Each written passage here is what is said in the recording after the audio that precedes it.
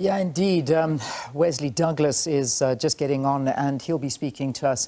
uMkhonto weSizwe party serves on the International Relations Committee in Parliament. And while he joins us, let's just, I suppose, take a look and see the sentiment and news that's coming out of the States as these results keep coming through, and celebrations at the Republican Party. That much we can tell you, where they have a viewing party, and I suppose, running for Trump is on his way to speak. The preference in that is that at the party where the Democrat candidate was going to be speaking, Kamala Harris, people are leaving one by one and not looking happy at all. Those are some of the reports that are coming from the ground, that it's emptying out, but also the news came through that she was never going to address. She had pulled out her appearance and said that she won't be speaking until tomorrow morning after the results. So lots of indications definitely coming through that this looks like it's moving in the Republicans' favour.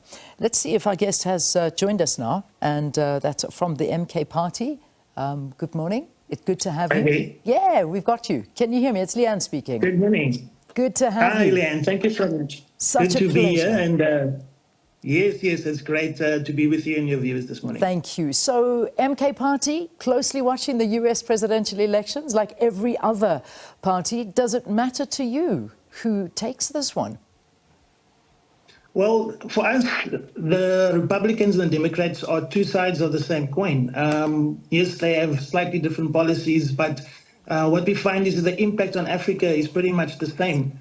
Historically, the US has intervened in global affairs, particularly within Africa, under the guise of promoting democracy, but in order to create and to control mineral assets. However, these interventions are often for their own strategic use and not for the benefit of us as Africans.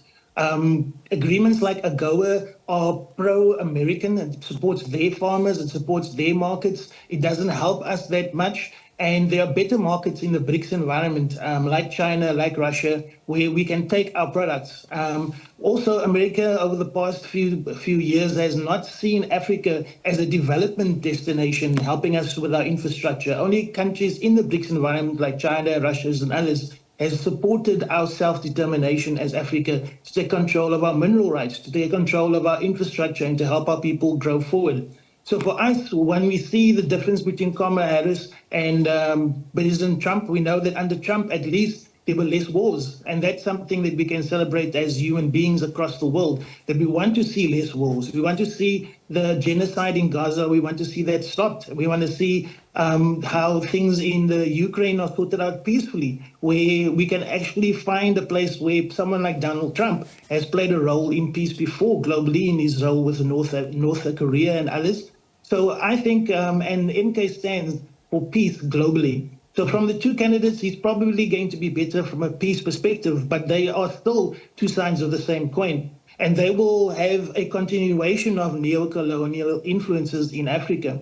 We want to see an Africa that is self-dependent, that works with its own allies, that works with people that is non-aligned, and actually see our industries owned by our own people, by our own businesses, where our mines will once again not be owned by foreign nationals, but be owned by our own people for our own economic use. So, you know, we want to see an Africa first perspective, because under Donald Trump, there will be and has been an America first perspective. And as they have an America first perspective, it's time for us to start looking after our own interests and our own needs. Do things not under the influence of the West anymore, but do it for Africa by South Africans. Yeah, certainly. And this is, I think, a sentiment that we've heard from each one of the parties that we've spoken to. It's yourselves, the EFF, the ANC, sharing very similar views when it comes to this. But the reality is that relations need to be on a good track. We know that the US is the powerhouse. We do know that when these elections are held, and political policies and all organizations, I mean, even things like AGOA, affect us directly. So the relations need to be worked on, and ones that we need to ensure are for the benefit of the continent, because this is what's important to us. Yes, that's correct, Leanne. You see, in South Africa, we have many American brands that are home to us here.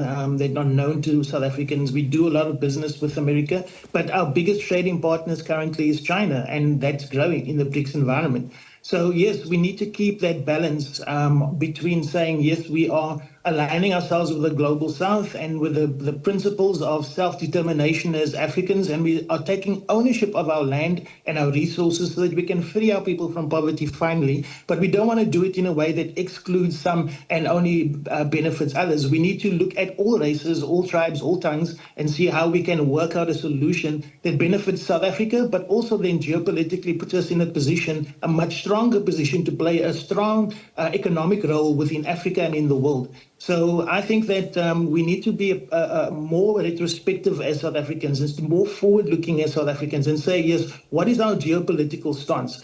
As Donald Trump has an Africa first or America first perspective, we need to have an Africa first perspective.